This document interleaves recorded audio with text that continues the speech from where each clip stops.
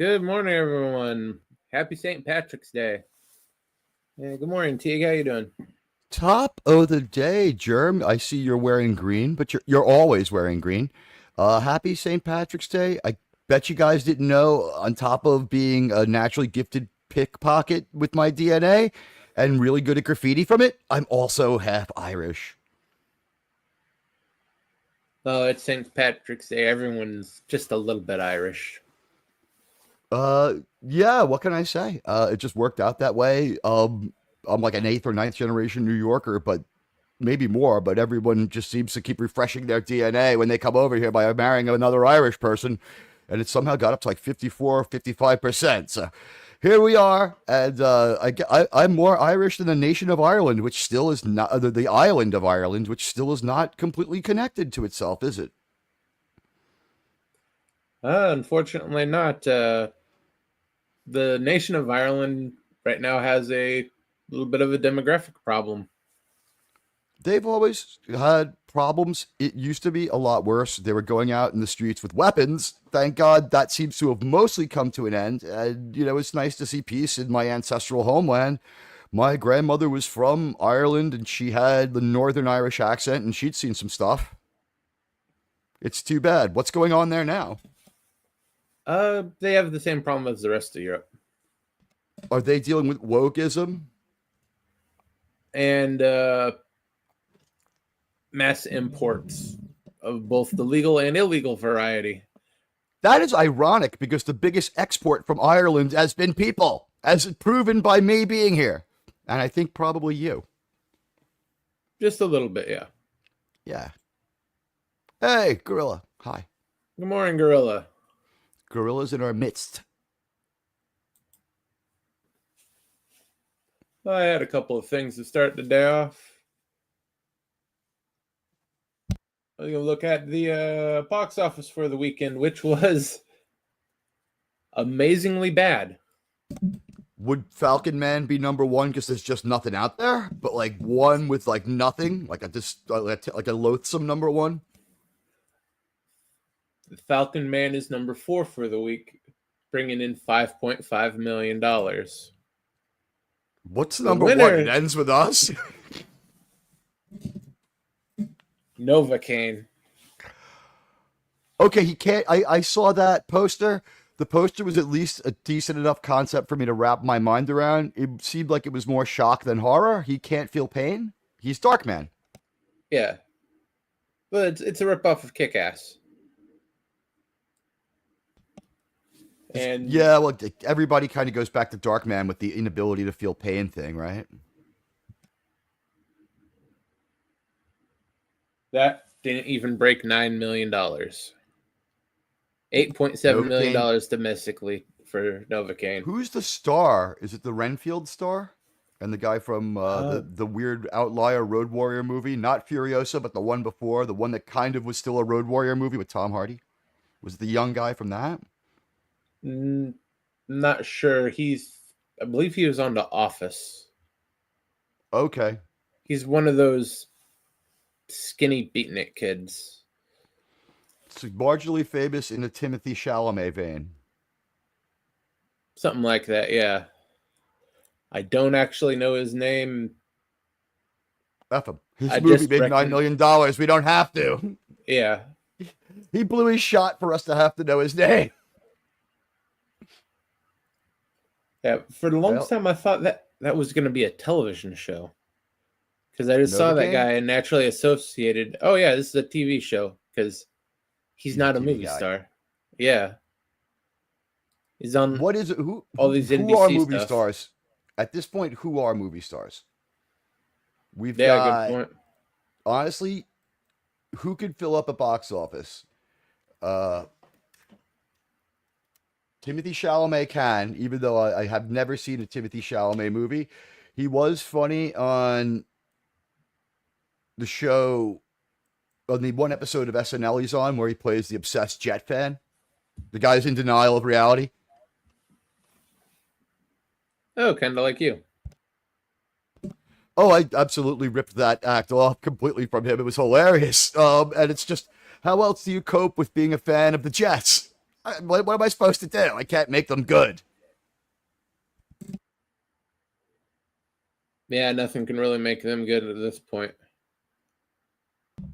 I think the moves that are being made now are some of the best ever in the history of Woody Johnson's leadership. Not playing a lot of your games in New York is a great, well, in the New Jersey facility is a great idea.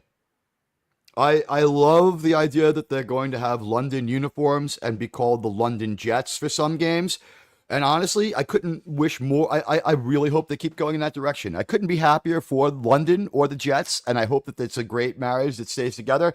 I'm looking forward to buying a Ravens hat and shaking the dust of this Jet fandom off my feet. But till they freaking leave town or change their name, I'm stuck. I'm stuck. I guess the guy I was thinking of is Jack Quaid. Jack Quaid from The Boys is Dennis Quaid and Meg Ryan's boy, isn't he? I believe so, yes. And he looks a bit like his father, and it's hard to remember if he resembles his mother because his mother's got 6 new faces since she divorced Dennis Quaid or whatever. Were they even married? Just didn't work out, right? I'm not too sure about that one. I never really paid that much attention to Hollywood romance. You know what? That one shocked me, and it happened when Meg Ryan was kind of at the height of her fame. We all knew that they'd been together for 10, 12 years. It seemed like it was Kirk and Goldie. And out of nowhere, like the most confusing affair, cheating on Dennis Quaid for Russell Crowe publicly, and Dennis Quaid was just like "F you" and stomped off, and she ended up with John Cougar Mellencamp, and the two of them, man, whoa, the talk about bad plastic surgery. They went too far. That is a scary, scary thought.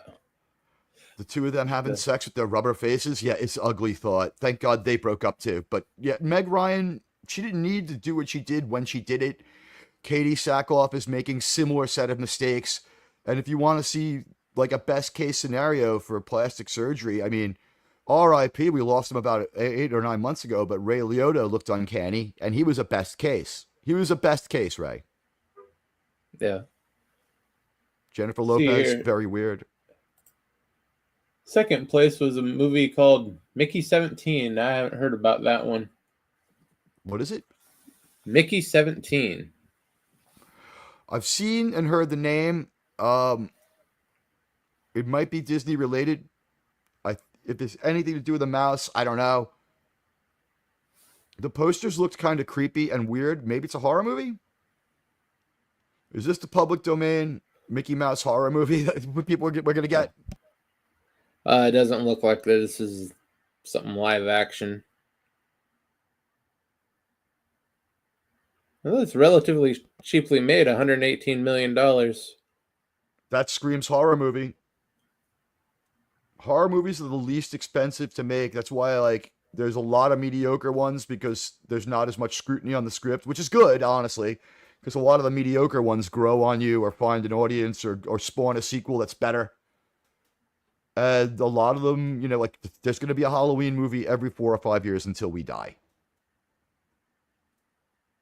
According to the overview, disposable employee is sent to colonize an ice world. So I guess it's somewhat horror, somewhat sci-fi. That is right out of Douglas Adams, where I had talked about this for another sci-fi show.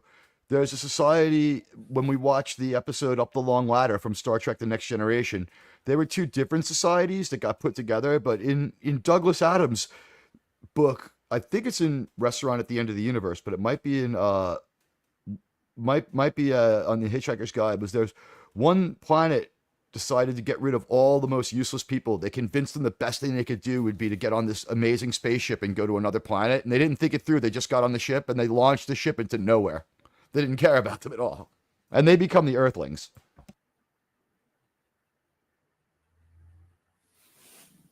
And I guess Black Bag came in 3rd place at $7.5 million. I've heard it's a chick flick, apparently. I've heard women yapping, "Oh, it's great, it's great, it's great," but as far as detail on it, I cannot retain anything about it. It sounds like it would be about like John Fetterman's scrotum. Yeah, but surprisingly, in fifth place, The Day the Earth Blew Up. This was a staggered release since I believe December. It's had 2 or 3 different releases around the world, so this was just the. This is not the type of thing you're gonna wait to see. So they've been pirating it for quite a while. We're up to 4, so that means Falcon Man. I just rebooted my headphones. They were clipping on me. So what's this? Which one is this? Falcon Man? Falcon Man was number 4, and The Day the Earth Blew Up is number 5. I mean, we can only hope, right? It's an inspirational title. No, yeah, it's actually a very good movie. It is better than Falcon and Winter Soldier. It is 2 more powerful names than Anthony Mackie, and almost up there with Harrison Ford. This is the Looney Tunes movie. It made $3.2 million.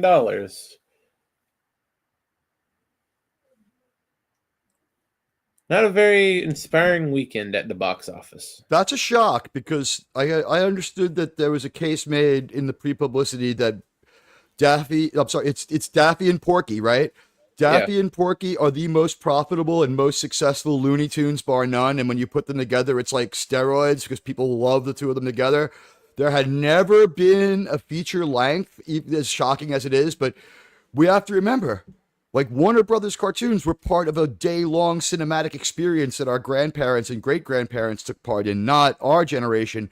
My generation is the last one to even see these movies in re-release. Like on Saturdays at the movie theater in town in the mornings before the features, my mom would take me to see like Looney Tunes and Disney cartoons, just one after another.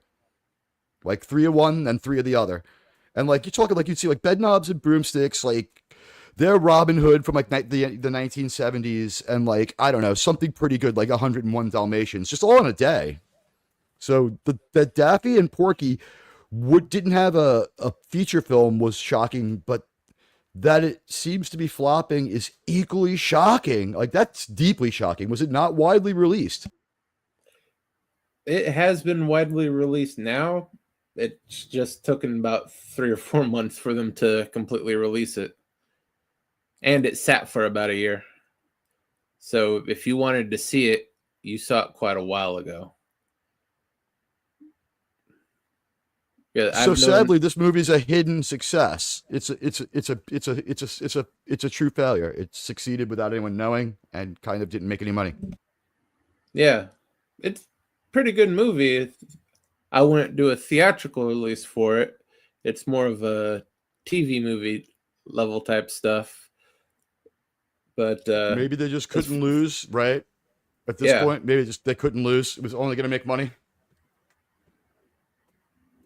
Yeah, they didn't want another PR disaster like Coyote versus Acme, which we still haven't got. Right. Well, here's the thing. This movie has something going for it. It's not got Rachel Ziegler in it, and it's in the same market as that movie, as Snow White.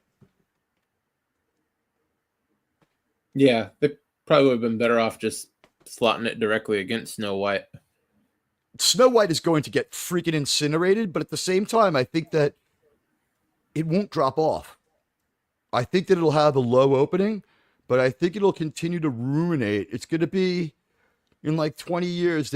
I haven't seen it yet, but with all her problems aside, there's still a shot that in 20 years, people are like, it's fun. I like it.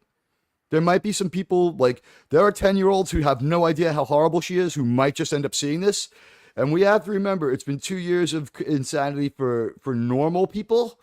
For everyone else, it's been like, oh, there's a Snow White movie. It's just coming into their minds. They don't know anything about Rachel Ziegler. And while this movie won't do well, I don't think it's going to have the kind of implosion Falcon Man had. Oh yeah, it won't have the room to implode that much. And speaking of Falcon, man, with its theatrical run ending with Snow White's Begin, it is going to officially lose money. Their worldwide box office has failed to break $390 million after 1 month in theaters. And with a $400 million budget, not even considering promotional material. That's admitted. Yeah, that's admitted. It was more. We're pretty sure it's more. So this is turning out to be one of the top 5 disasters Disney's had in the last 20 years. It's up there with Indiana Jones. I know that's like it's money made without adjustment for inflation. Is like, oh, it did the same as Avengers. Yo, that was a long time and like 6 changes in movie prices ago. And Avengers 1 was like the first movie to really establish that this was going to work, which was written by all the Paramount writers, and Disney just released it.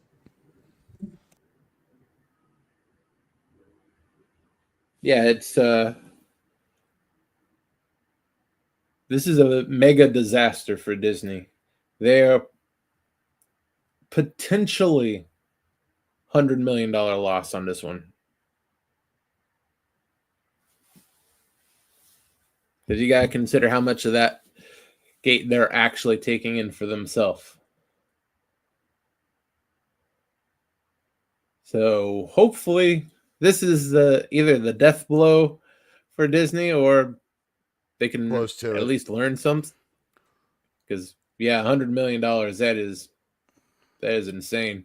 I'm gonna tell you something right now. Having seen that stupid movie, it's not as stupid as it was unneeded. It's not as bad as it is annoying. It's not as boring as it is dumb. And that is so short that if you had snuck this one out before Captain Marvel, people would have just shrugged it off and been like, it's okay. It would have made like 40% more. It would have cost less because the people from Paramount had more direction. It's Kevin Feige's world of these reshoots and these messy movies. It's since Kevin Feige took over. When these movies were put out by the Russos or other people, everyone simply just had better ideas than Kevin Feige and had an ending in mind when they made the movie. Kevin Feige is just king of the reshoot.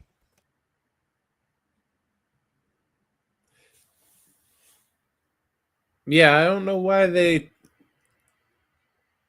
keep having so many problems with that. They could have just scrapped it, but I don't know.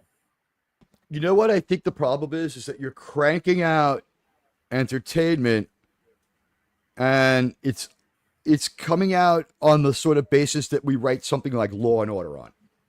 I'm being really honest. Like, think about an episode of Law and Order, drop the mystery part. One thing that's always in there is it's something really topical, torn from the headlines. And the turnaround times on these streaming shows, especially when you got people like the bad reboot people who suck doing it, it takes forever. And they only want to, every script is an audition to go be a traditional crime writer. So what you get is an in need of help crime story that's like a really horrible, never would be made episode of like SVU.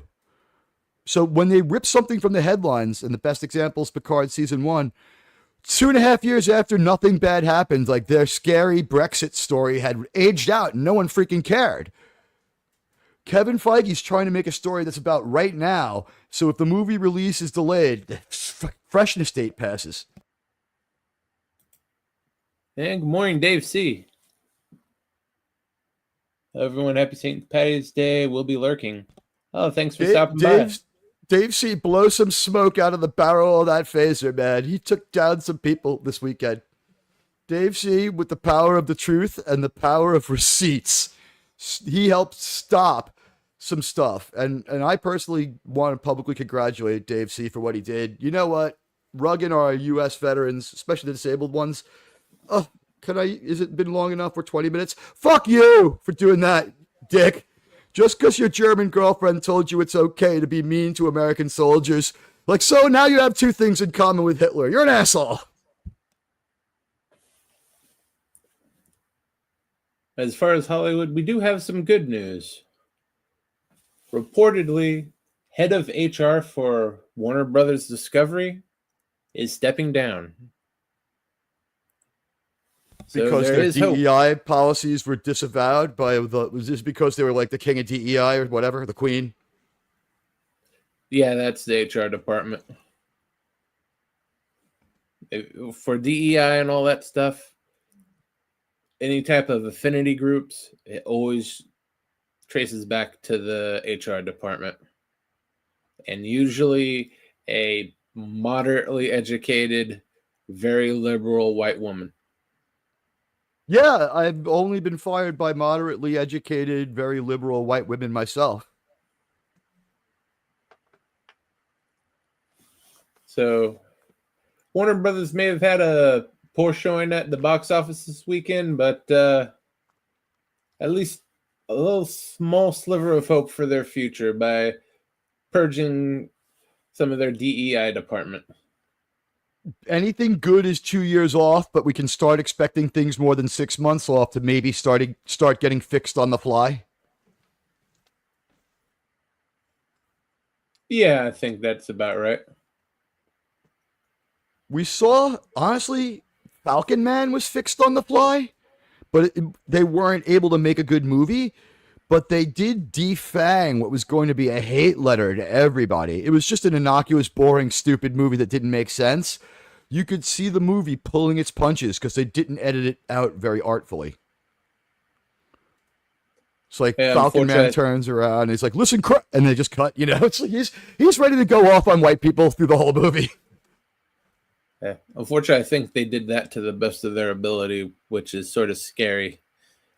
If that's the best of their ability in their multi-$100 million project, it's too much stunt casting. You can't keep stunt casting like that. Yeah. Okay, let's see here. We do have a somewhat political story. Oh, no. A French parliament member is demanding the U.S. return the Statue of Liberty. Go fuck yourself. That's our statue. That's our statue. Get screwed. What a bunch of idiots. That is the most insulting and stupid thing I've ever heard. F you, Frenchie. Why? Because they don't like our president? Wouldn't we have to give it back every 8 or 9 years if that was the case? We don't need their approval. Exactly. God gave it to its dead, and so are all his grandchildren. I don't even think it's the same French government. They've changed at least 2 or 3 times since then. 1883? 1876 we get it. 1883 we finish it. So yeah, it's like three French governments ago. It depends on how you count. If you count the government as falling when the parliament is like, revokes their prime minister, it's like 40. But if we go with complete institutional collapse, I think there's a war before that they recover from with the Germans. So I think they've only collapsed once.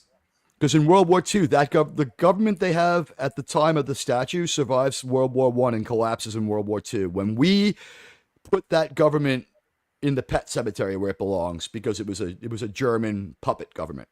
By the time its final form of that republic was a French puppet government, was a German puppet government. Yeah. Also, by the way, the most productive and least unemployment in France, known as the happiest, most productive time in their nation's history. None of them minded the way that they say. The French resistance is mostly Hollywood. French resistance was holding out for like a bigger tip when you gave the Germans like a beer. They had no real problem with it, as far as I know. Yeah, the French always happier when they're being ruled. Well, I have one of their flags as a bedsheet, and I use it every night, so I don't have nothing against them. But they don't. Can they give all the guys who lost it all on the French? Yeah. You know what? One day I do hope to go to Normandy and see the American invasion beach. My grandfather was part of the invasion, so I want to go there. And there are 8,000 Americans lost just on the first day. And good morning, Sci-Fi Mombi. Welcome to the show. Hell. And Check X. Oh, what did... I'm going to do this off screen because knowing Gorilla, it may or may not be appropriate. Ladies and gentlemen, he can't help himself. He's just a gorilla. But we love him. He's a good guy. He tries to the best of his ability. Through working with him and experimental surgery on his larynx, he is able to speak about as well as a 9-year-old, which is a lot more than we expected from just a gorilla.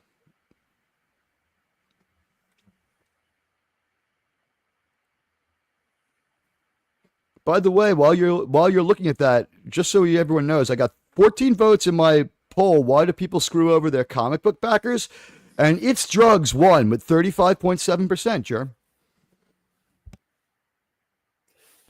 Yeah, that people sounds about right. Yeah, the second leading answer was they think we're dumb. In third place was they are really dumb. And 14% of people think kind of what I think. They only got into it to steal.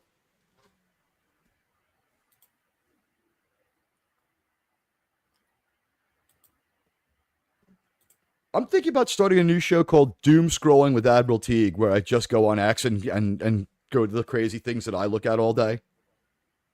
Yeah, that might be fun.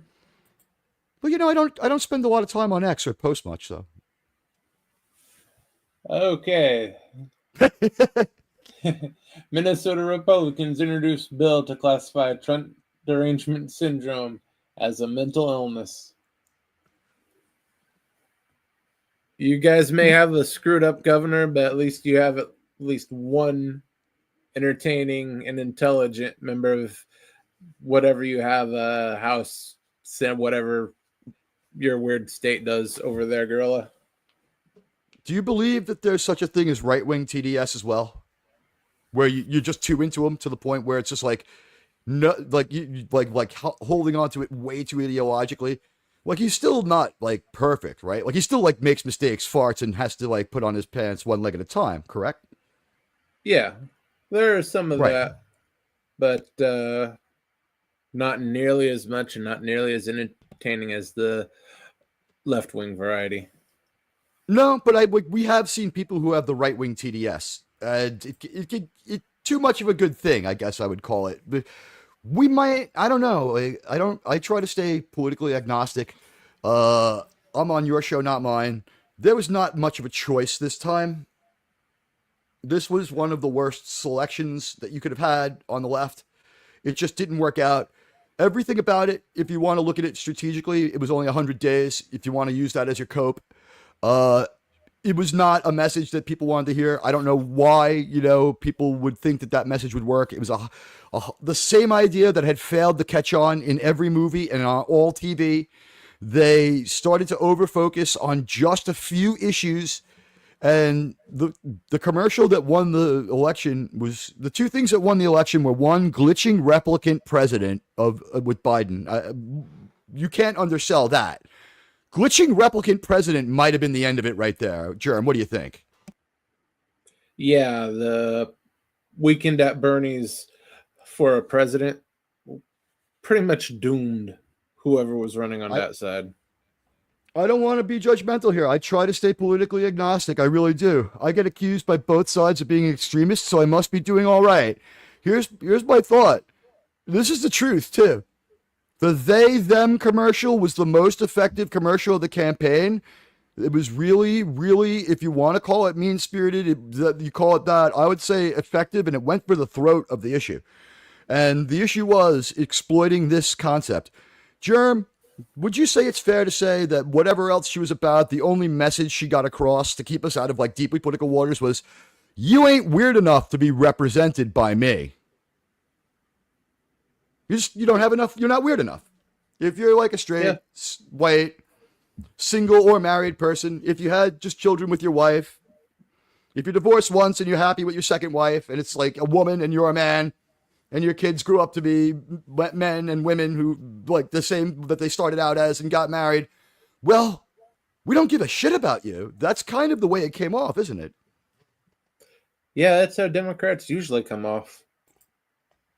Hey, good morning, Tim. Hey, yeah, it's a bad vision thing.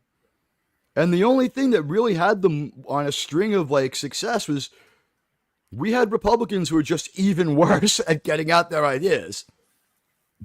And I would point out the modern Republican Party was like rebooted by the first Trump election anyway. Oh yeah, they definitely needed it. They're in such a horrific state there after two complete,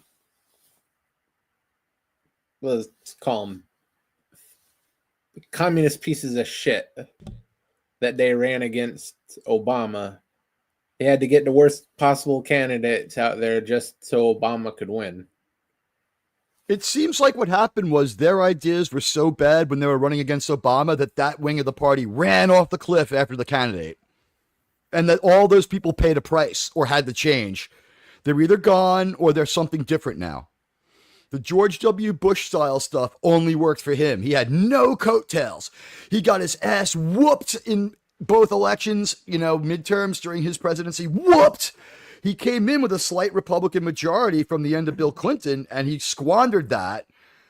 He had no coattails. And the thing I would point out is, and I think you'll agree with me, Barack Obama and George W. Bush, policy-wise, at the end of the day, in the lives of Americans, domestically and foreign, pretty much carbon copies. Yeah. I see very little difference. All neocons.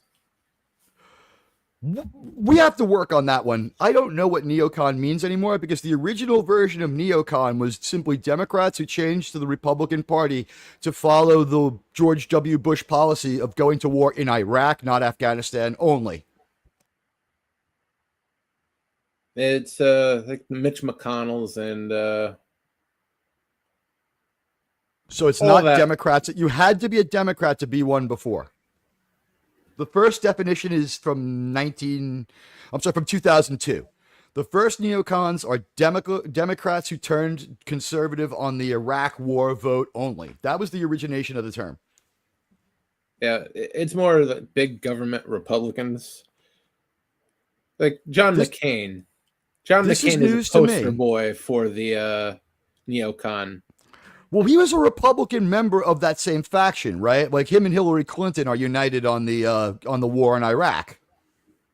Yeah, because it's making them money. And John McCain, I ain't got no problem with what we did to that freaking. You like war? Yeah.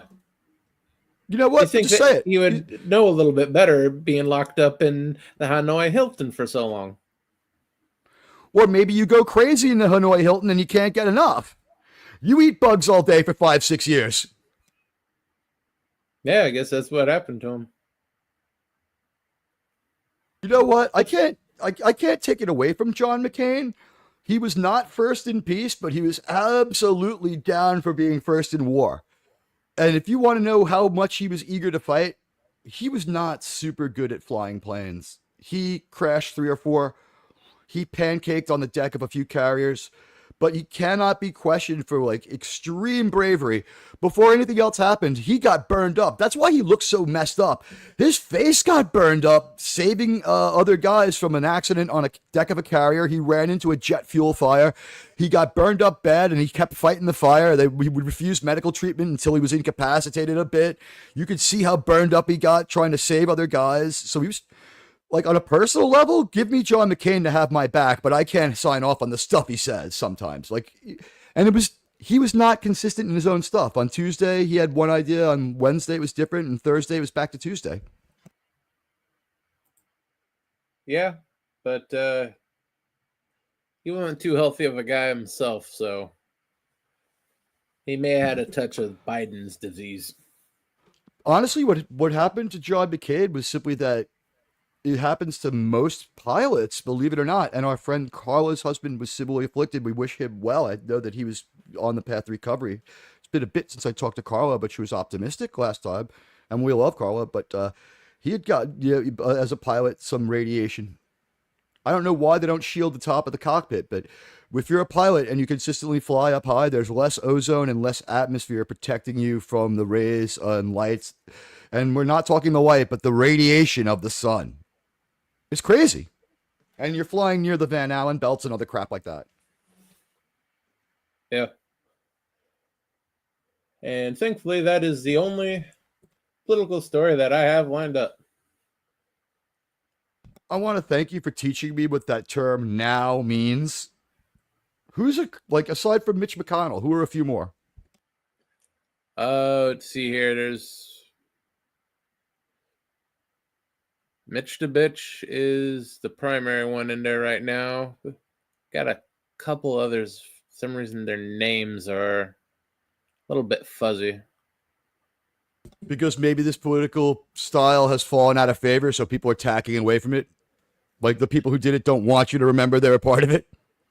Would Romney have been one of them? Recently retired Romney? Yeah, Romney was definitely one of them. A lot of them have been retiring before they could get primaried out. By the way, I would point out to a lot of them did. I think Claire McCaskill might be in that group. But with Romney, I would point out to everybody, turned out if you're truly an adherent of the Democratic Party's outlook, it turns out that Barack Obama was wrong and Romney was right, because he said Russia is the biggest problem and the biggest threat, and Obama laughed at him. Well, how'd that work out?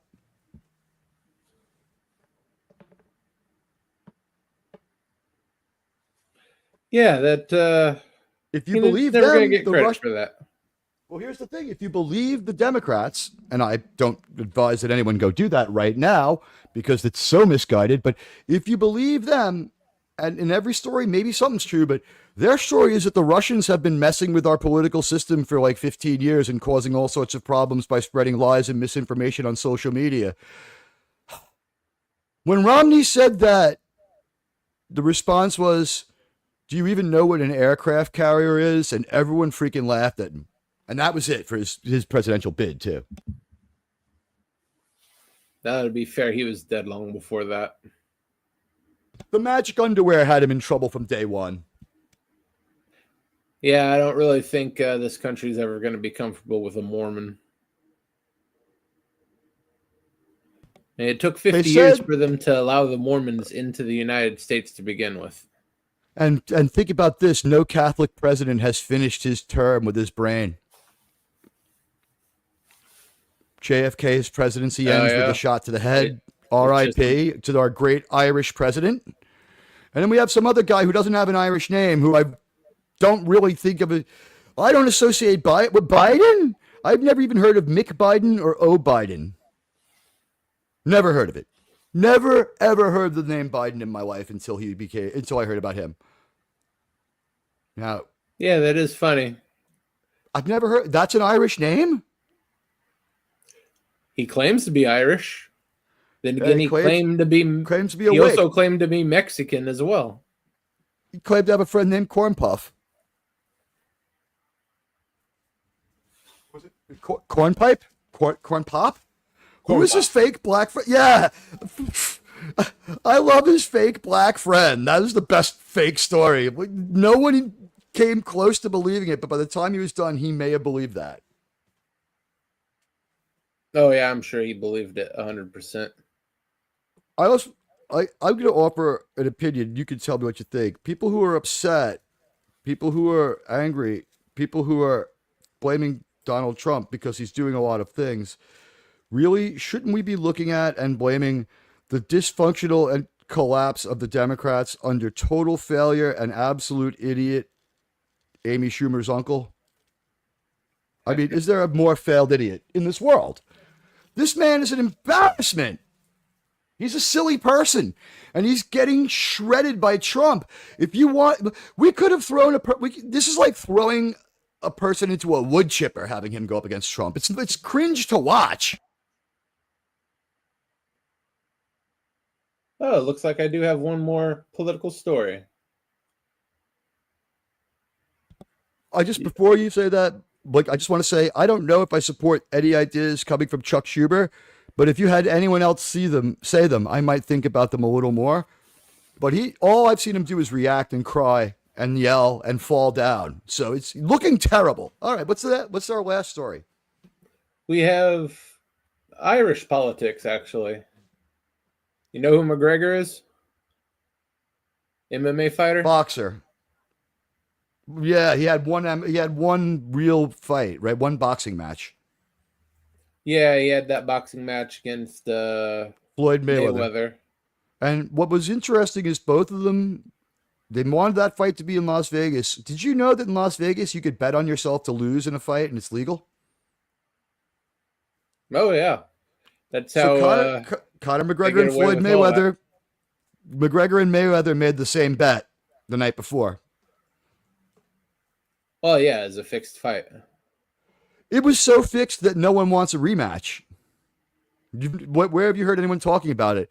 Because the people who believed that it wasn't a sham were saying stuff like, McGregor put on a fairly good show for a guy who was, a first-time boxer. To which I say 4 rounds is 4 rounds. Yeah. It's not butterbean. But apparently McGregor is serious about his run for Irish presidency. He could win. He visited the White House today and apparently he did a pretty good speech. If he was like really moderate in his tone and didn't expose any hostility towards any one faction, he has a shot from the perspective of an Irish American, because the last thing Irish people want is like a really bad problem with America. No, but no, they Trump also really they don't. If he kisses his ass too much, too, the Irish people will also scoff. Remember, in Ireland, it's illegal to play the national anthem before a sporting event. His major thing is the immigration crisis in Ireland, and apparently he has fairly inflammatory things to say about everybody in the country. Ireland has one of the most complete foreign relief packages of any nation. They keep 10% of their gross national, or they at one point were keeping 10% of their gross national product in reserve for disasters. And if you ever hear about people kidnapping or killing aid workers, where are they always from? Ireland. Irish people know what it's like to be hungry, and they know what it's like to extend tremendous generosity. That may not include letting you live in their homeland anymore. I would hope not, because they're doing worse off than even Britain is for as far as we don't live there, but we don't live there, but it's generating enormously bad stories after enormously bad story. Right? We're seeing a lot of terrible stuff. It couldn't look worse. It's sketch as could be. I don't live in Dublin. I don't want to speak on behalf of Irish people. I'm only an Irish American, but yeah, I have heard the stories. No, I just mean the percentage of their economy that they're reporting to be spending on it. They're over just about 15%. If their foreign aid policy if their foreign aid policy hasn't changed, that means a quarter of all their funds are locked up in either foreign aid or domestic aid. Wow. So good luck to Conor McGregor, hopefully future Mr. President of Ireland. Let's see how he checks out. He doesn't have to be my leader, but if he ends up as Tasic, I salute him. It sounds like he's making sense. He could show up back at home and charm them too. I will say this: he's hung out in America a little too long for me to think that he's going to win, because they'll hold that against him in a big way. The Irish people have a way of digging in their freaking heels, bro. Anything could still happen. Yeah, probably the best thing he can do, and probably the worst thing he could do too, to start a huge drunken brawl, and the Irish figure it out the way they always figure it out. If he starts that drunken brawl in the Northern Irish Parliament while he's defying them, he's a hero who will do 8 terms. Nothing else will matter. He could cheat on his wife with 2 guys in public. Everyone would just be like, yeah, but when he punched the Prime Minister of the Northeast in the face. I think if he can do that to the Prime Minister of Ireland right now, regardless of it, the North, Because the guy they have in right now is not very popular. There were threats about tar and feathering him. Hopefully he'll just leave office, but yeah, sounds like it's time for change. Good luck to the Irish people. Congratulations on reversing the curse on that exporting people thing, but now let's see how you handle it. Before any recriminations of how America used to do it or does it now, let's revisit that in about a year. Yeah. Well, we might see countries do far worse. We might see a reactionary course of actions across Europe. There is a growing movement to do something about this massive immigration. Okay. Oh, yeah. Today is also first day for Dan Bongino, officially sworn in as Deputy Director of the FBI. Dan Bongino, one of the highest rated podcasters on, I know, Rumble, and I believe also on YouTube. I've heard his name. Yeah, very big in conservative circles. What can I say at this point? That's where you're going. That's part of your bench. It's a legitimate part of the bench now, the Rumble and YouTube people. 2 decades in more than 2 decades in law enforcement. What was his law enforcement gig? Was he a Fed? I believe he was a police officer. Middle of nowhere or serious big town with like lots of crime? That I'm not sure.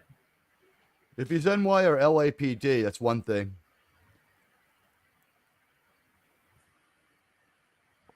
Although being NYPD doesn't mean anything because Eric Adams is an idiot and a disaster. Oh, yeah, that's right, girl. He was banned from YouTube. I have a funny feeling that the usage policies here on YouTube and everything else are going to change, and my problem with getting concurrence isn't going to matter much longer. Hello, Rumble! NYPD and Secret Service. He's NYPD and Secret Service. Listen, I don't know if this certifies that he was good at what he did, but if he was able to do a couple of decades as NYPD and then was selected for the Secret Service, it would seem pretty good. It would seem pretty promising. Although we do know that Trump's personal retinue of bodyguards was always ex-NYPD detectives, so I don't know if he pulled them off that bench too. Did he hold 2 slots in Trump's world, so to speak, like podcaster and former bodyguard? I don't believe he was actually Trump's bodyguard at any one point. That is common for every wealthy person in New York because NYPD officers have a lifetime unrevocable carry license. Full carry is what it's called. You can do whatever you fucking want. You can strap the gun to your freaking head. Yeah, I don't understand that whole carry permit thing. Even in a wacko state like Washington, I don't need a concealed carry permit. You can it's full open carry. Open carrying can make some people uncomfortable, and I, for one, being from a place where no one straps, when I went to a place where everyone's strapped, it was kind of shocking to me. Sitting in a classroom and everyone's strapping. That was just weird. Maybe it's normal, but I hadn't seen it before. I was astonished by it, but it's not my job to tell other people how to live in a state that I only was a resident in for like a year. That's one of the great things about America. I hated Florida, so you know what I did, Germ? You went back. I moved back to New York. Yeah, that was fun. And you know what? It worked out great for everybody. They don't miss me. I miss them. I go back most winters. Yeah, that's okay. There are certain places that it's great to visit, but you don't want to live there.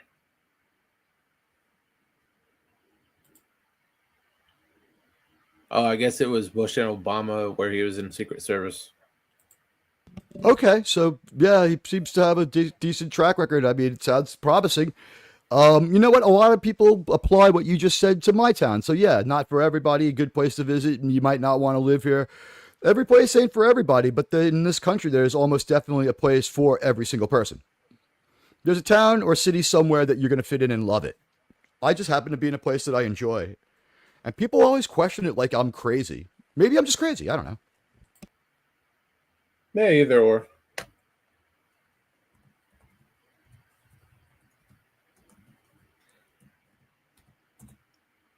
Okay, we also had a little bit more entertainment news. Cool. We wrapped up the end of season 3 for Invincible this last week. One of the top rated shows on Amazon Prime, unlike their other disasters involving Tolkien. They are actually very accurate to the book, apparently. It is a very good series. And they have been renewed for season 4. Here's the deal with Amazon until this year. They just bought MGM. How they bought it, I don't know. What was left of MGM when they got it, I can't be sure. I have to do more research. But MGM at least has a track record of movies and TV. They haven't been active in a long time. They have a catalog of movies and TV. Maybe some movie and TV professionals come over with it. But until now on Amazon, what happened was we would walk in and pitch them. And that was, they would decide or not decide based on their feelings. That's how the Rings of Power got made. They just walked in there and they said, we'll make this. And Amazon does not have a film house. I think they're working on that now. They do not have a film lot. I think they're working on that now. And they do not have the apparatus of a film-making streaming industry. They're working on it right now, trying to flesh out this MGM thing. So MGM is probably going to become huge as form of its own streaming service, because I think Amazon would like to make money off Prime rather than giving it to everyone who has their subscription service. Yeah, that would definitely be a plus for them. But they are making just dump trucks and dump trucks of cash from that service of theirs. They can afford to give away. Well, the streaming service wasn't of a tier that you would even pay for. And last month they started asking for $3 more to have commercial-free Prime. Yeah, that fucking sucks. I can't tolerate. If you're going to have commercials, I'm not paying you a monthly fee. No, if you pay the money, there are no commercials. Yeah. Why do they even have the option of commercials? Oh, because like most of their subscribers are free riders who don't know they even have Amazon Prime.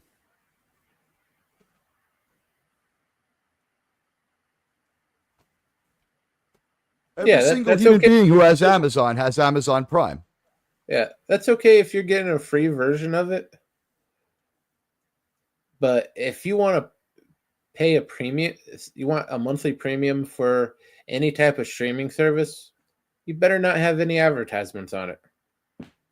Here's the deal. In a world where this Amazon service is viable even to someone who lives in New York, do you go a month without Amazon ever? No, there's certain things I can only get through Amazon.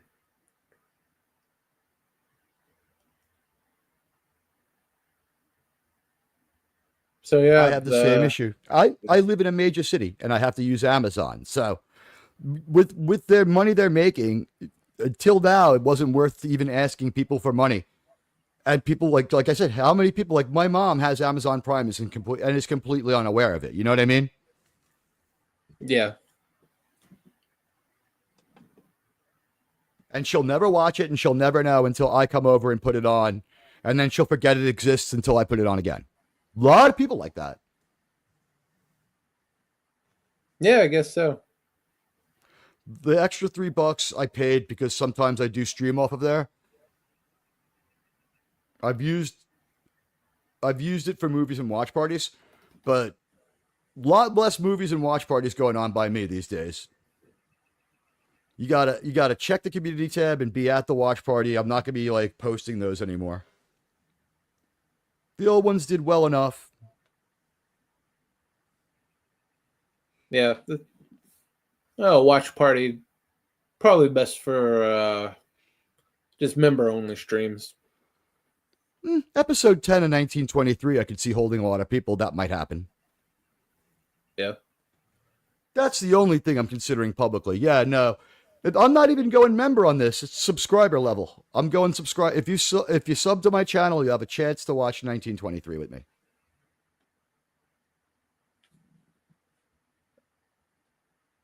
Okay, I had one more. Where is that? Oh yeah, big Netflix show this week. The State Electric State. Yes, I've heard a few things about this movie, and none of them are about anything but cast members, and I can't remember what they are. Uh, that's a good question. Oh yeah, Millie Bobby Brown, who, dear God, she's only 21. She looks 30 in this movie. It's just freaky. She's supposed to be playing this like 16 or 18-year-old. She looks 30. Millie Bobby Brown might have gotten face surgery right away. Always looked slightly older than she was, and it's been of age for a while now. Controversial only because if you talked about her being pretty, people would freak out on you badly because for a while she was like real young, but that show had was so weird in production. We're talking about Stranger Things. Like in season 1 she's pretty young, but season 1 of Stranger Things is what, like 2018? Yeah, that was, actually I think is before that. Dangerous. We're talking 11 or 12 years to make 5 or 6 seasons, right? That's 2016. So That's Millie almost 10 Bobby years Brown ago. was she was 14 in 2016. She's 22 or 23 now.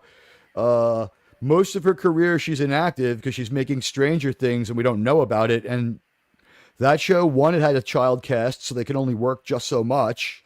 You're not allowed to like work children the way you work adults, obviously, thank God. But Hollywood's still a weird and terrible place.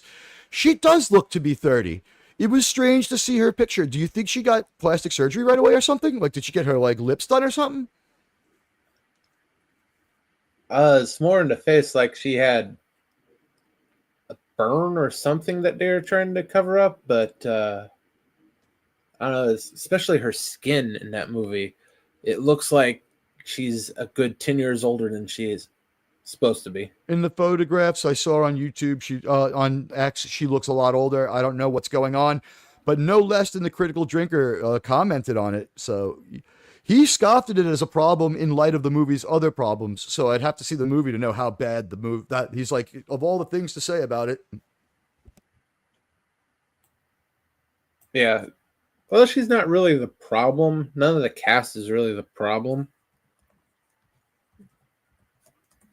Uh, but for example, who is that? The Chris Pratt does very good as the male lead. Millie Bobby Brown does okay in her role too. It's just I think the source material and the fact that Netflix approved it, but never really went through the steps. Like the Russos probably pitched it to them, and the Russos are a problem in them themselves. But they gave the pitch, but they didn't walk through like how this part of the plot is going to affect downstream. And they, be honest, they wasted a lot of money on bigger names. So what do you say? They wrote themselves into a corner. To a point. Is it the Uh, JJ problem? Did they steal from the middle and end of their story to make the beginning pop, and now there's nothing left to say? no, not really.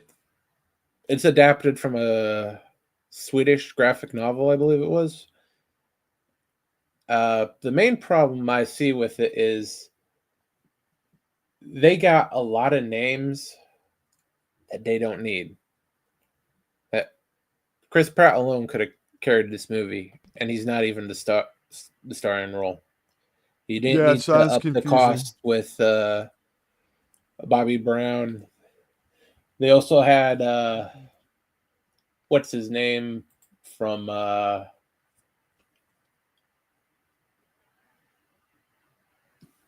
can't remember what his name is.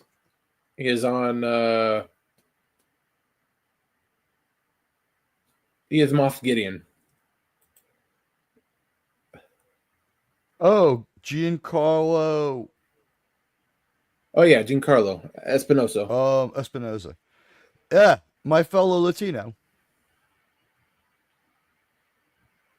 Yeah, they pay him a lot of money to do a not so important role, and they could have rewrote some of the aspects of it. Like, it's all based off of the robot uprising, where the robots lose. But for some reason, they want to throw in product placement into that, because the leader of the robot MLK, or the robot Malcolm X, is Mr. freaking Peanut. Oh my Mr. God. Peanut, who is voiced by Woody Harrelson. Oh my God. And Woody Harrelson is a good actor who gets out over his skis in movies where he's a leading man. He's a good secondary character. And the problem with Woody is, I'll just say this, I do think he can act, but outside of a few leading roles, if you get past about 20 minutes of a 2-hour movie that's Woody Harrelson, it's too much. And you're like, Solo, Planet of the Apes. In Planet of the Apes, they get him in right under the sweet spot. He's dead like after 19 minutes of screen time.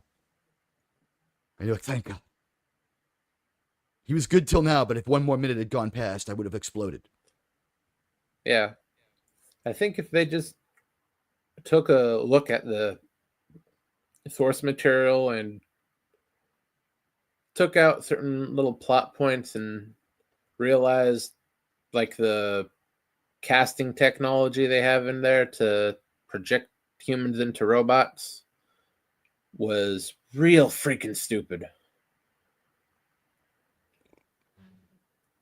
There's this seductive new level of CGI that got us Better Man in this, I guess. Yeah, there's just certain conceptual ideas that they needed to rethink. You know and what? It could have been a lot better. Every technical breakthrough brings with it a Polar Express Uncanny Valley movie that no one can freaking take. Yeah. Well, it's not even the look of it. It's the idea of the technology and the way it operates. It might affect the monkey movie more. Better Man might be more affected by what I'm saying, where it's just outright preposterous. And people are saying, by the way, that Better Man, after about a half an hour, the immersion is so good that you enjoy the movie. I'm not going to see it, but I've heard that. Yeah. And it's not so there was some technology movie. That's... Yeah. I think some technology may have seduced a lot of creators, and they thought it was going to go further than it was, or be less uncanny than it was. Sabotages a lot of movies every few years when we hit a new tech level. Yeah, it's there was this Bruce Willis movie, I don't remember what it was called. It project you into a robot body. It's sort of a concept Looper? like that. No, I don't know. It's basically you're controlling. Yeah, that's like his thing. Where your soul is disconnected from your body in a few of his movies. Yeah, that's just the concept. I don't think sells. It's basically controlling a robot through VR. It's why I can't care at all about Avatar. Yeah. But those certain plot points and $320 million price tag for it. That's a lot of money. Is this a streaming thing or is it an actual movie? It's a movie. Netflix produced it. At least it's like a contained explosion. Yeah. Because if the this good news is there's not a Netflix world. It's not connected to anything else too, right? So it's not going to say take down. This is not like when She-Hulk is a super fun site and the whole MCU gets some cross contamination either. It's just it's gone, goodbye, it didn't work. Exactly. It's just one of those make a lot of projects movies. that Netflix likes to throw out. You make movies, some of them are going to be bad. It's probably it can't be worse than the Amazon Batman Cave Crusader by J.J. Abrams I saw earlier in the middle of last year. It's effing horrible. Oh no, this is.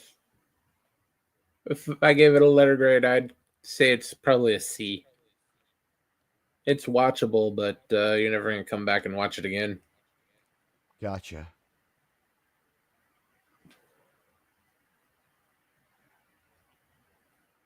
But I think that is all the stories I had, unless you had something that you wanted to talk about, Teague. I spend my life completely unaware of almost all news and events, which is how I'm able to stay sane. But I guess I would say, man, we saw an episode of 1923 last night that was great. And the show, it seems like it's everywhere, but on YouTube is huge. It's catching on everywhere. I do enjoy a nice amount of views, but I guess some people might scoff. Like, you were there. Like, sometimes we'll get 10 concurrents, which is a lot for the panel, but we're on up against everyone. And by the time the next episode of 1923 comes out, it might get 500. People have an interest in 1923, and it's strange to see a show that no one is interested in, like Daredevil, is sucking up all the airtime. And while I understand that the community that mostly reviews things is more oriented towards Daredevil than 1923, at what point do the fans disengage? Is the punditry now more enjoyable than the shows? Will hate watching float Daredevil? Is the plan now that season 2 sells season 1? Because what we're hearing now is that, there is a season 2 being made, is what we've heard. So if season 2 is being made, does that mean that it's Daredevil is now Andor? That the slow burn season 1 ain't going to make it? Maybe we show season 1 as a marathon into the beginning of season 2 next year and somehow break even and season 2 works out. That seems to be the situation they're in. Did they destroy the characters? No, the show is actually pretty good. Did they destroy the characters in other shows? Well, Daredevil, he did show up in She-Hulk.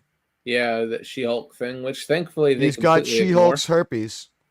But he's got her herpes. We might not see it, but we know it happened. They're right to ignore it. But also Kingpin got his ass handed to him by like a 17-year-old pregnant lady.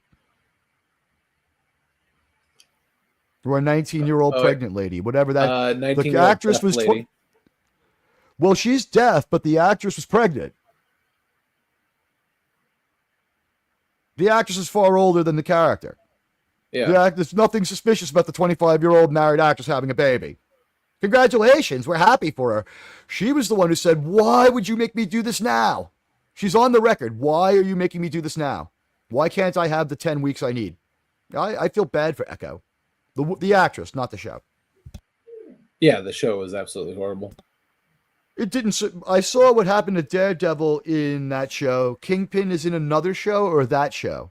Daredevil just loses a fight.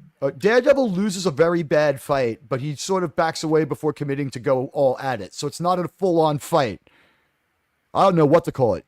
Superhero chest bumping with Daredevil. It was indecisive and poorly choreographed. He looked like shit for the second straight time. What happened with Kingpin? Kingpin is actually one in Echo. Hey, Watcher X. What is the Daredevil weird fight where he squares off but doesn't really commit all the way? He doesn't fight She-Hulk real. He wasn't in Echo. Weird. Okay. Sorry, I didn't see Echo. I thought he was in both. Okay, so the She-Hulk fight was so forgettable that it's a Mandela affecting itself into Echo. It was boring. That fight sucked. Oh yeah, that was damaging for that character. And I don't know. Did the Kingpin take as much damage in his appearance? Because we had 2 cameo appearances in shows that I would call ignoble. Echo was ignoble. The most embarrassing thing for Kingpin was just getting beat up by a girl about 1.5 feet shorter than he is and at least 200 pounds lighter than he is. but still 100 pounds heavier than she wanted to be or could have been 10 weeks later like she begged.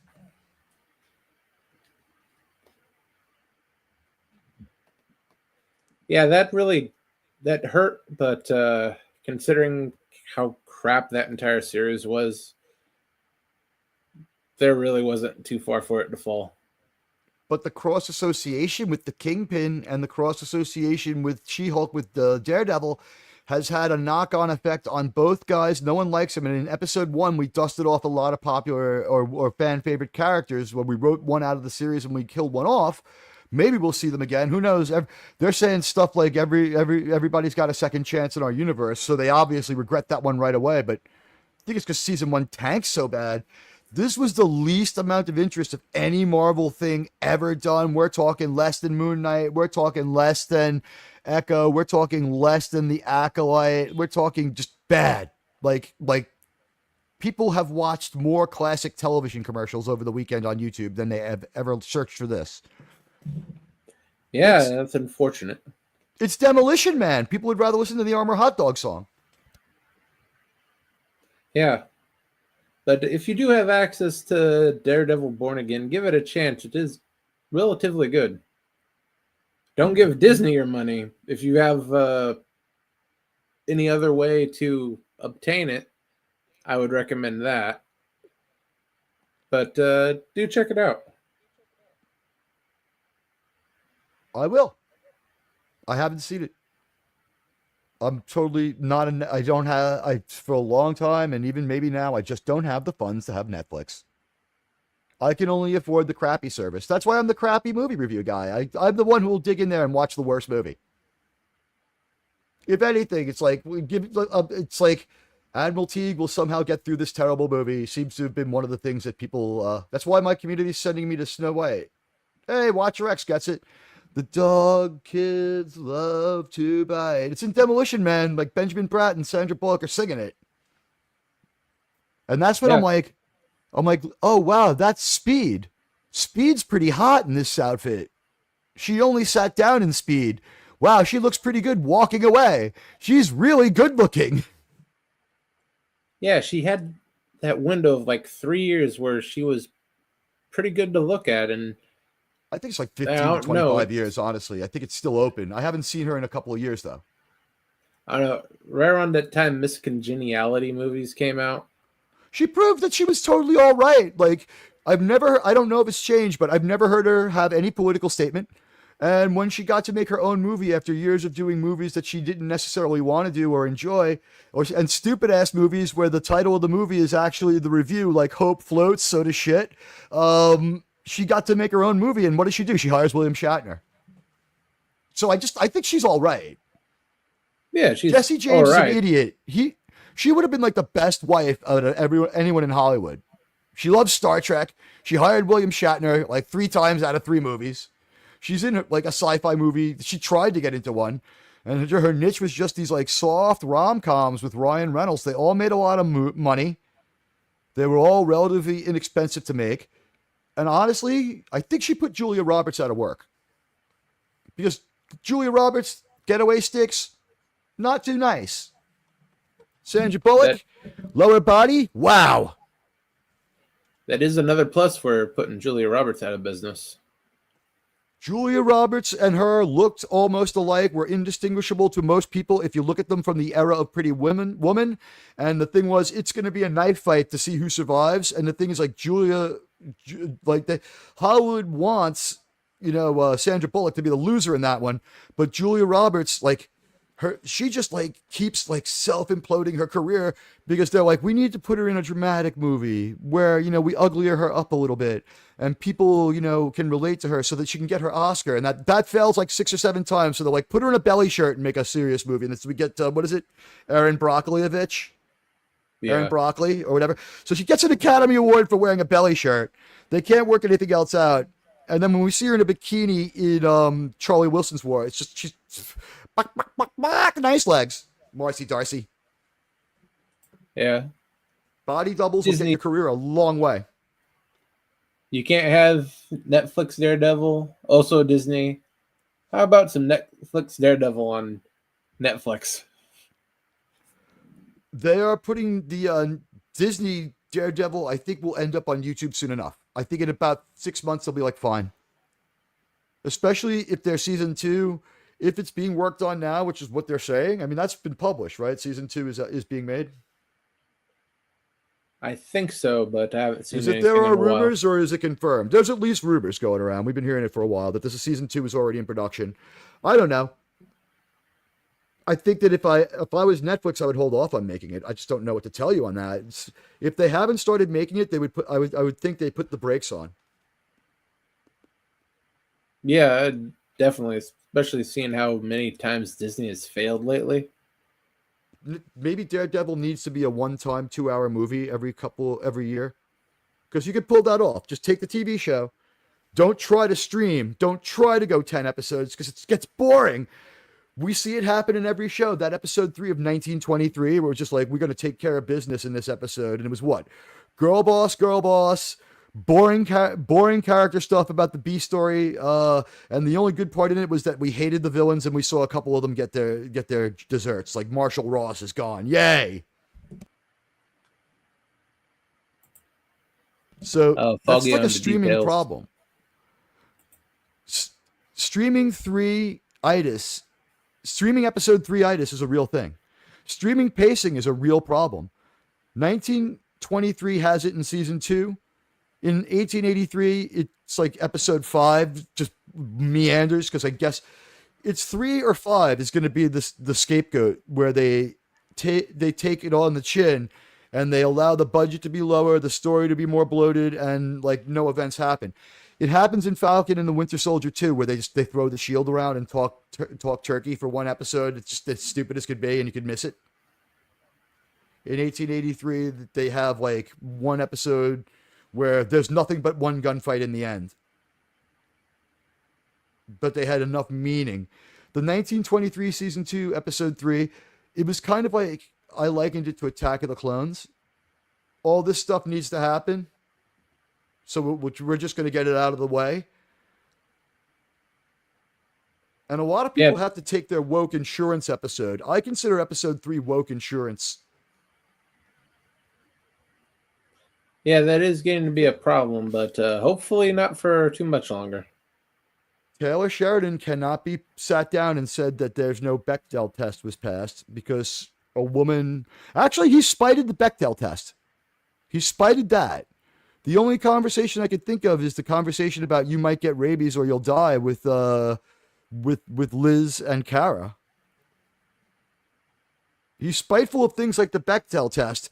So when he does things that are not woke, people like Taylor Sheridan have to make one episode where characters were a little atypical.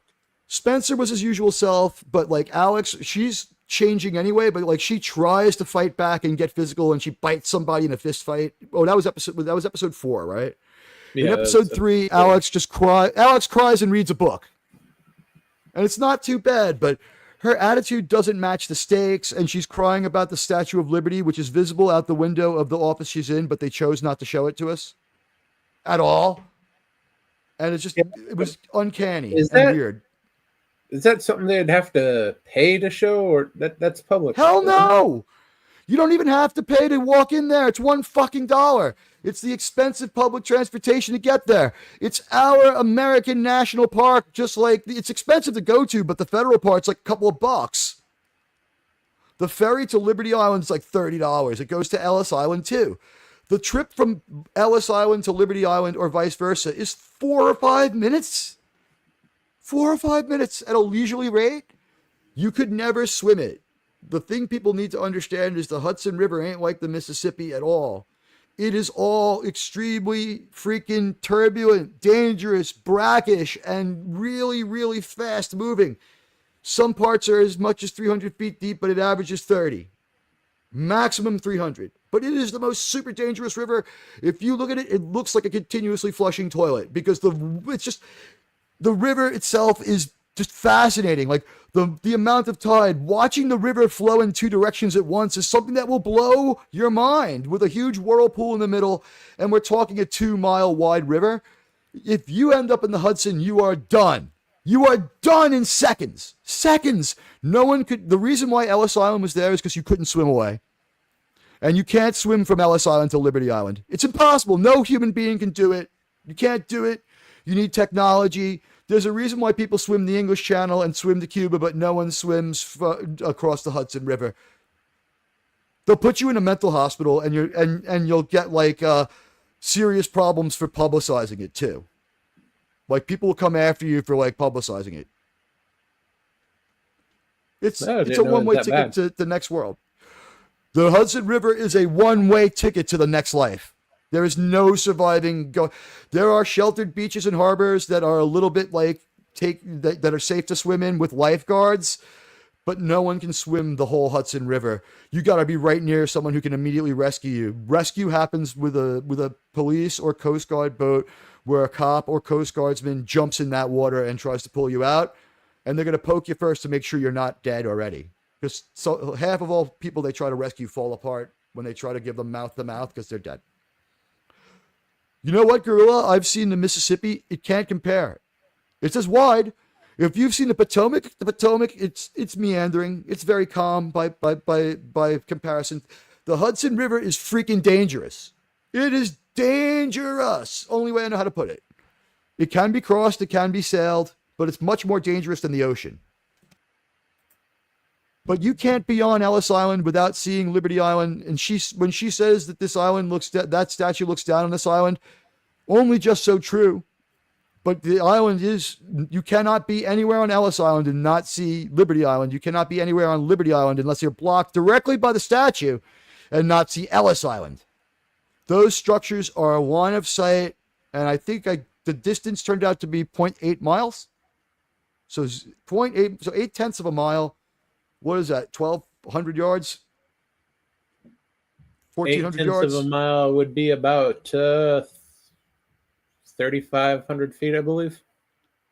1,200 yards. 3,600 feet is 1,200 yards. Yeah, so it's an impossible swim. You'll die. You won't survive it. You won't survive it. There's no way. No river I know other than the Hudson has like a weird wave that will just maintain in the middle and turn into a gigantic geyserish water pool that has first a spout and then a funnel and then goes away completely. Hell's Gate is one of the passages. Every single passage into the Hudson River is considered completely dangerous and completely treacherous. There still needs to be serious harbor control. Yeah, that's well, Gorilla, if you want to swim it, get a GoPro. You don't want to spend 3-4 days in a New York City mental institution after you do it. There'll be no fanfare. You'll be treated like Johnny Somali. They're not going to encourage it. They're going to hang insanity on you and make it stick. And no jury who lives here would say no. I mean, don't try it. Hey, it's Gap After Dark. Hey, Gap. Hey, it's long time no see, Gap. We love you. What's going on? Is X down? Is that why you're on YouTube? Dave C is out there too.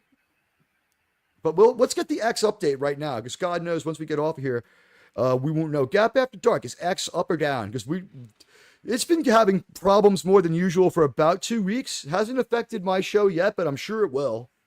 There'll be a day where I won't be able to get people passes. X looks like it's still up. Thanks, guys, says Gap After Dark. Yeah, I just got over the flu. Thank God you're better, my friend. Month! Whoa! Wow. Just getting back into the swing of things. That is one rotten month. I'm assuming that what happened was you had the flu for like one straight week, and then for like 3 weeks you just felt like, real weak tea, as we say here. I don't know. The last time I had the flu, Germ, and you've seen me, I'm not that old, I'm not out of shape, and I'm fairly healthy for my age. It was a 5-day ordeal where the last day was like, I was wondering if it was time to go to the hospital, and it was overlapping with fatal before the fever broke on that last day. It was crazy. Yeah, the flu can be pretty bad. You know what? The flu vaccine is hundreds and hundreds of years old and is not an mRNA vaccine. You're safe getting, I'm not giving medical advice, but I feel that it is safe to get the flu vaccine. Leave it at that. Yeah, 9 out Don't of want to 10 wait people should get the flu vaccine. Yeah, I mean, you said it, not me. So I've seen with medical stuff, it gets weird faster than anything else.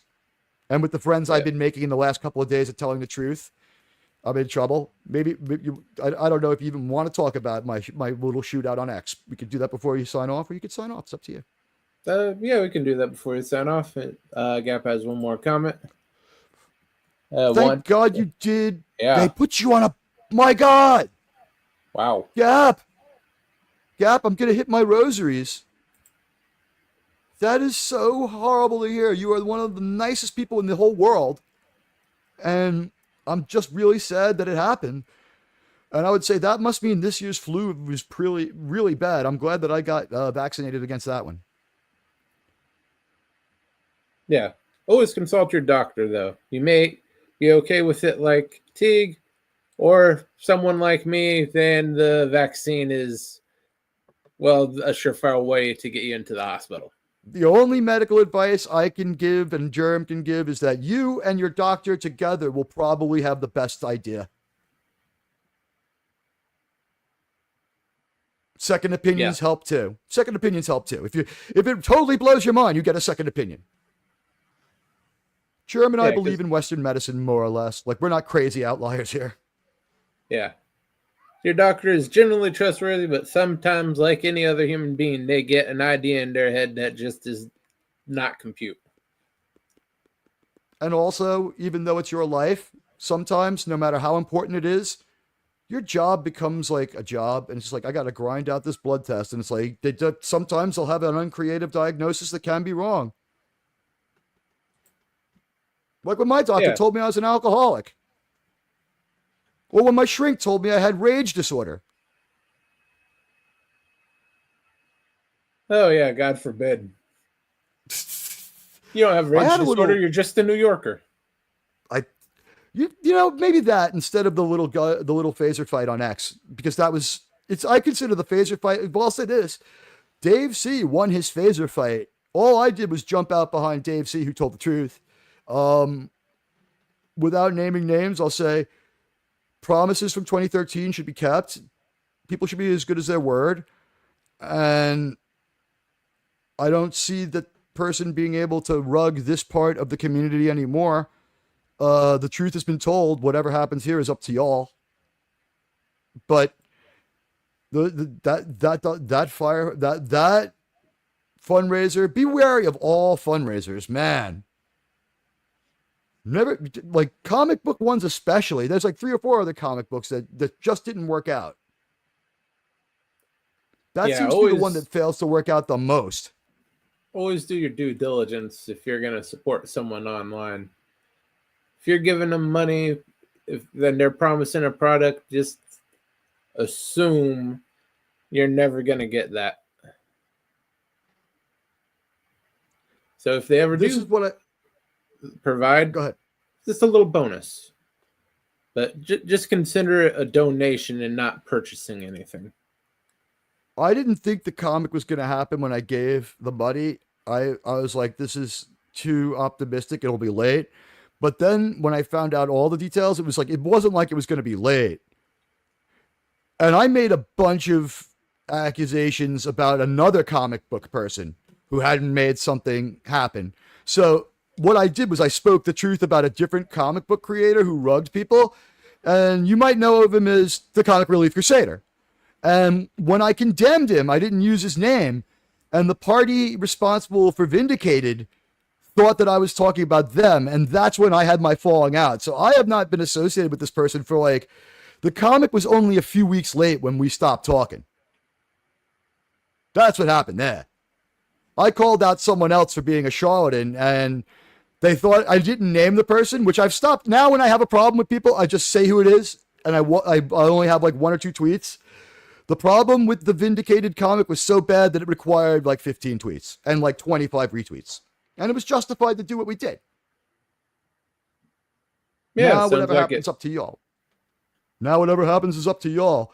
There is an expanding, crazy fight going on, and I don't want anything to do with it. I disavow publicly anyone attacking my friend Snowdub, I don't know what you're talking about. And you know what? Not everyone can be friends. You can be friends with me and not be totally able to get along with Snowdub, and I can be friends with Snowdub and be able to get along with you. But I condemn attacking Snowdub. I publicly condemn attacking Snowdub.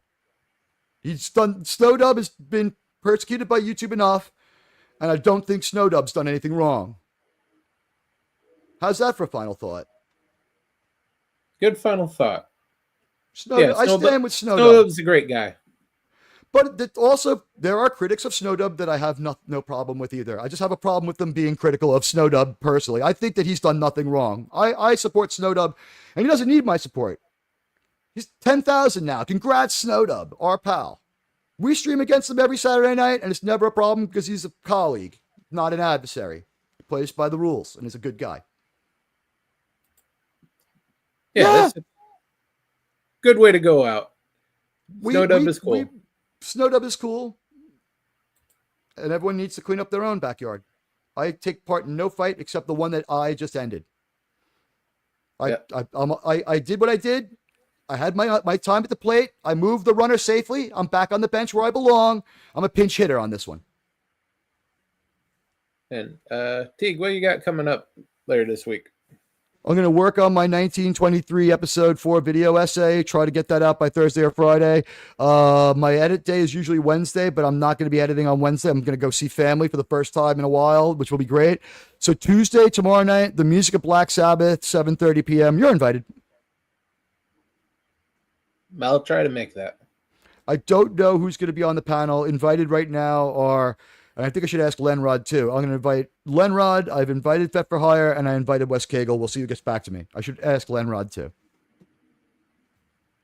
Sounds good. Have a good one too, Gap After Dark and Gorilla, and anyone else who's out there. I really appreciate Watcher X's comment when the Sherpies comment was good. I really dug that one. Thank you, Watcher X, and thank you everyone across the 3 platforms. Are you on 3 or 2? Yeah, 3. Across the 3 realms, we reign supreme. Our show is far better by quality, minute by minute, than people who go on for hours and hours. To prove it, we're going to end our show now. Yeah. How's that for an outro? We love you all. Like and follow this channel.